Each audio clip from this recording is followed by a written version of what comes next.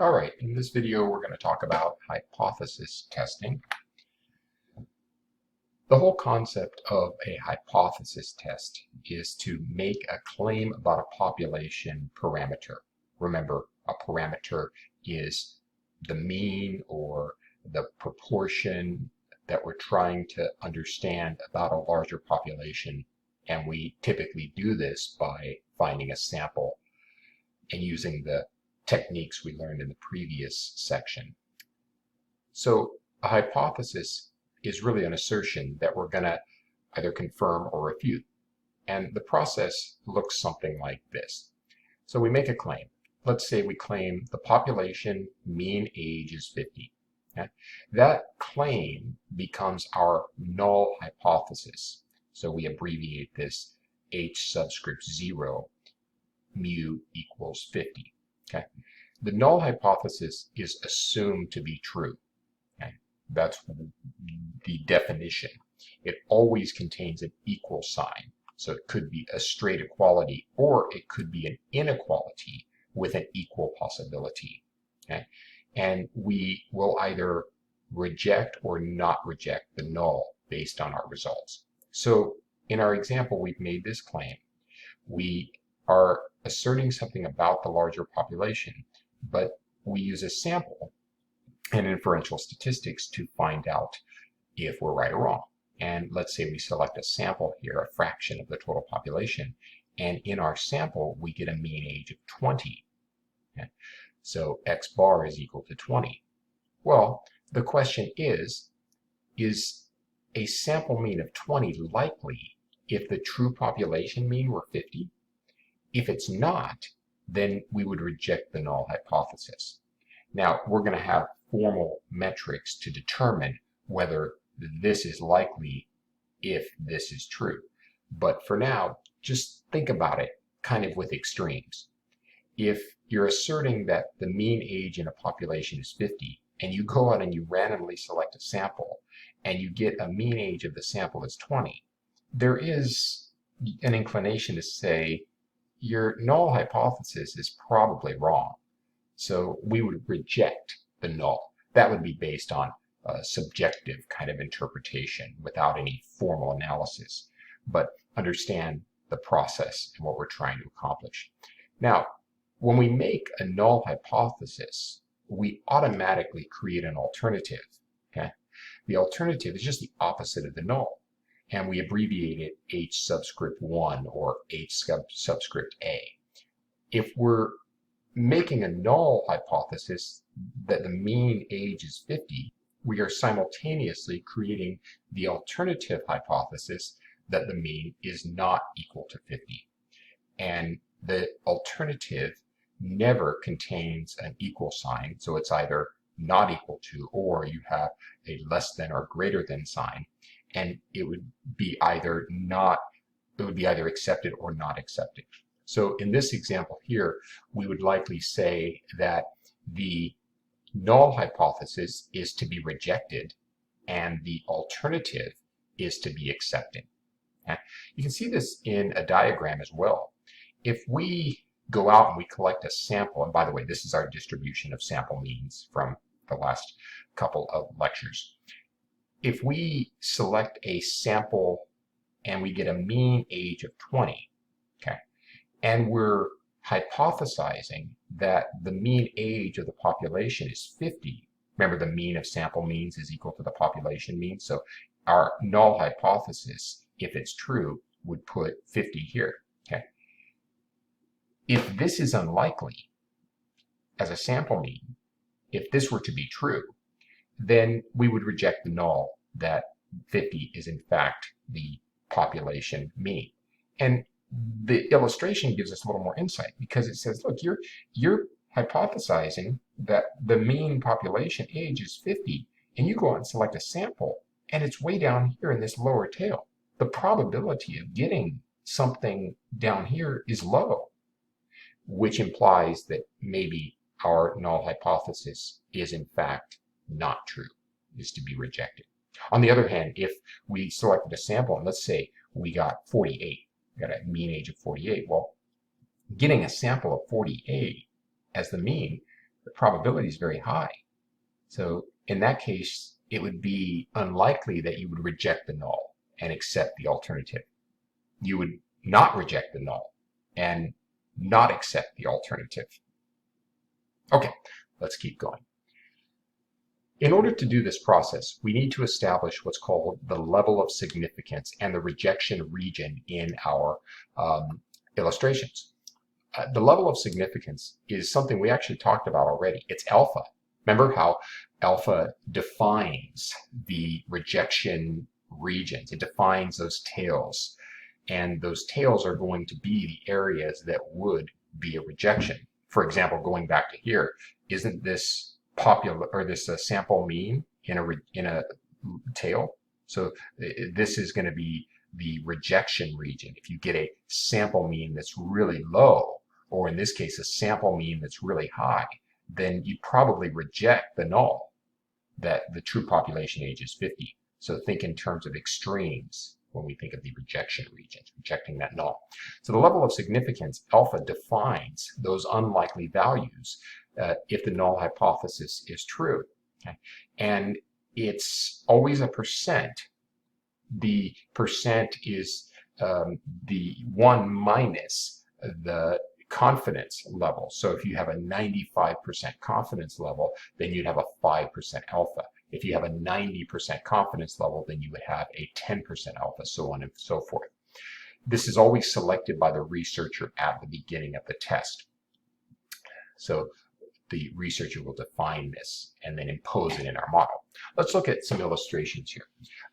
So the null here, and this could be number of cell phones per household. If any of you wondered why there's a cell phone there, this is why. This number of cell phones per household. The null hypothesis we're going to make is that the mean number of cell phones is 3 per household. And that automatically defines the alternative, which would be that the mean number of cell phones is not equal to 3. This is called a two-tailed test, because if we were to go out and collect a sample and we got a really low value, right, in the left tail, say it's 0 cell phones in our sample, then we would say, well, the mean would probably need to be rejected, right? Because your sample is so low compared to what we're contending to be true. But also, if you got a value from your sample that was really high, let's say the average household had 6 cell phones in your sample, and say, well, that's really high. So if that's my sample, it's very unlikely that the true population mean is 3. So what we're doing here is really contending something, that the population mean number of cell phones is 3, and then going out and collecting a sample. If we get a low sample, right, 0 cell phones, we're down here, we would reject the null. We're in this rejection region. If we get a large value from our sample, let's say 6 cell phones, we'd be up here in the rejection region. Okay. So this is a two-tailed test, because either really high values from a sample or really low values from your sample will cause you to reject the null hypothesis and accept the alternative, that the mean is in fact not equal to 3. Two-tailed tests are easier to deal with than the other types, which we'll talk about in a minute. But understand that once we select our level of significance, alpha, we automatically select our level of confidence, right? 1 minus alpha. And we automatically create what's called a critical value. The critical value is going to be the z or possibly t-scores that will correspond to the rejection region. More on that in a minute. Let's now take a look at the other 2 types of tests that we might run into. These are upper or lower tail tests. For example, let's say we have a null hypothesis that is contending our mean is less than or equal to 3, which means that we're saying that the average number of cell phones in a household is less than or equal to 3. The alternative becomes the opposite, which would be that the mean number of cell phones is greater than 3, right? Notice how these run opposite to each other. So this is called an upper tail test because of where the rejection region is. The rejection region is up here. Think about it like this. If we're saying that the true population mean number of cell phones is less than or equal to 3, we're saying that It's either equal to 3 or less than. So in essence, this area here, all this area here, becomes what we're contending that the true population is. So if we were to get a sample and it was 0 cell phones or 1 cell phone or 2 or even 3, we'd just be confirming what we expected. But what if we get a number above 3? Well, then it becomes a question of how far above 3. Okay? And if it's too far above 3, then it will fall in this rejection region. And that would be just that, a rejection. So let's say we get 6 cell phones per household in our sample. I say that's way up here. Well, getting a sample of 6 cell phones, that's unlikely if the true population mean was 3 or less than 3. So we would reject the null hypothesis that the true population mean is less than or equal to 3, and we would accept the alternative that it's greater than 3. In this example down here, we have a lower tail test. This kind of test would be saying that the mean is greater than or equal to 3, okay? Which would imply that the alternative is less than 3. Well, if we collect a sample and we get a value up here, somewhere up in this area here, we would just be confirming our null hypothesis, right? If, for example, we get, if we're saying that the null is 3 or greater than 3, okay, and we take a sample and we get a 6 or we get a 4, then we'd just be confirming that. But what if we get a value that's less than 3? Well, how far less than 3? What if we get 0? Well, if we get a sample of 0 and that's in the rejection region, then we would reject the null that the mean number of cell phones is greater than or equal to 3 and accept the alternative that it's less than 3. So again, you'll notice that we are calling it a lower tail test because of where the rejection region lies, whereas this was called an upper tail test because of where the rejection region lies. Similarly, the two-tailed test told us that there was a rejection region on both ends. All right, so keep this in mind, that really what we're doing is we're just speculating about what the population mean is, and then collecting a sample. And if we're getting a sample that's way out there from the population mean that we're hypothesizing, then we reject. All right, there are 5 steps we're going to use to do hypothesis testing. The first step is going to be to state the null and alternative hypothesis, your H0 and your H1. The second step will be to specify your desired level of significance. Remember, if you do a 5% level of significance, alpha, that's a 95% level of confidence. If you do a 10% level of significance, alpha, that's a 90% confidence. And so these 3 are the most common, right? Step 3 is going to be determine the critical value, either Z if you know your population standard deviation, or T if you don't know your population standard deviation and must use the sample standard deviation as a proxy. 4, calculate the computed value. We're going to find the Z and the T that actually exist. What does that mean?